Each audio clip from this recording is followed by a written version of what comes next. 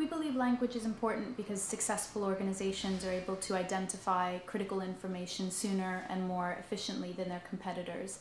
And so to that end, at Exclusive Analysis, we aim to provide forecasts that are very precise and unbiased so that our clients can filter the relevant information from the background noise.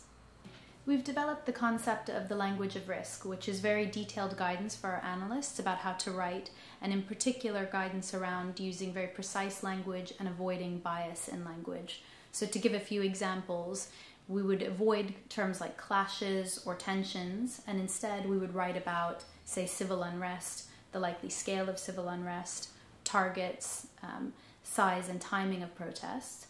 And instead of tensions, we would talk about, for instance, things like precise policy outcomes rather than, say, tensions between legislators. So in other words, giving clients very specific commercial outcomes against which they can make decisions.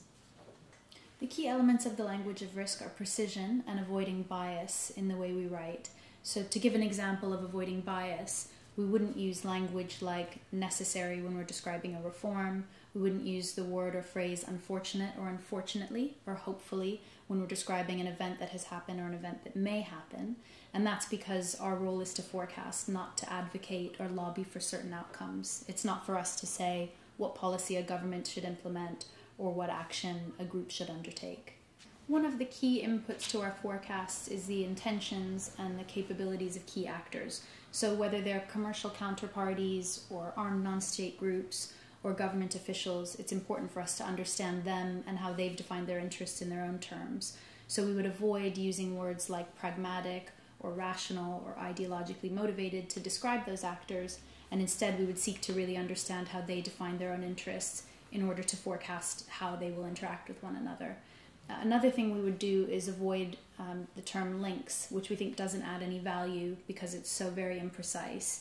And instead we would say whether there was, for example, an operational relationship between terrorist groups, a shared ideological relationship between two political factions, or in other words, to add more color to the nature of that link and use a more precise term to describe it. One of the most important things for our clients is their ability to communicate with clarity and certainty internally in their own organizations.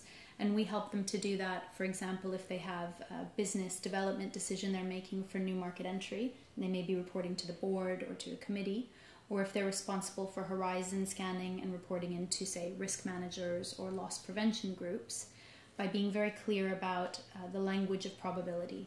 So we would avoid phrases like cannot be ruled out or remains to be seen, because we don't think these add value to those decision makers. And instead, we would aim to be very precise about how we communicate probability. So we may communicate that quantitatively, we may relatively risk-rate scenarios, and at a minimum, we would avoid simply saying something is likely or unlikely, and instead would say, for example, that it's nearly certain or extremely unlikely, or to communicate the contingencies upon which those scenarios depend, so that our clients can then use that internally with confidence in their own organizations.